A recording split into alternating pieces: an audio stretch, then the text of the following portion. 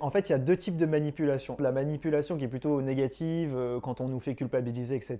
Mais en fait, la manipulation qui est la plus perverse, c'est quand on fait des compliments à quelqu'un, quand on lui fait des louanges pour obtenir quelque chose de la personne, pour l'adoucir, l'assouplir. Mais encore une fois, si vous n'avez pas fait un travail d'esprit critique, c'est-à-dire de muscler votre esprit critique, d'obtenir une certaine sobriété par rapport à votre conscience, c'est-à-dire d'avoir fait un nettoyage de vos peurs, d'être mieux avec vous-même, vous n'allez pas détecter si la personne vous fait un compliment pour de vrai ou pour de faux. Et en même temps, après, il ne faut pas être dans un côté obtus où dès que quelqu'un me fait un compliment, je préfère m'en méfier, sinon on profite de rien dans la vie non plus. C'est pour ça que la manipulation est intéressante. Si vous êtes quelqu'un qui a été la proie de manipulateurs, c'est que justement vous avez besoin fortement, vu que c'est ça comme expérience que vous vivez ou vers laquelle vous êtes sans le vouloir attiré, c'est que vous devez aller muscler cet esprit critique pour réussir à mieux jauger les personnes en face de vous et que vous avez une incapacité à bien déceler si la personne en face de vous est saine ou malsaine. Et dans les couples, enfin dans les relations amoureuses, ça peut être compliqué parce que sous le côté séduction d'une début de relation, on peut s'apercevoir que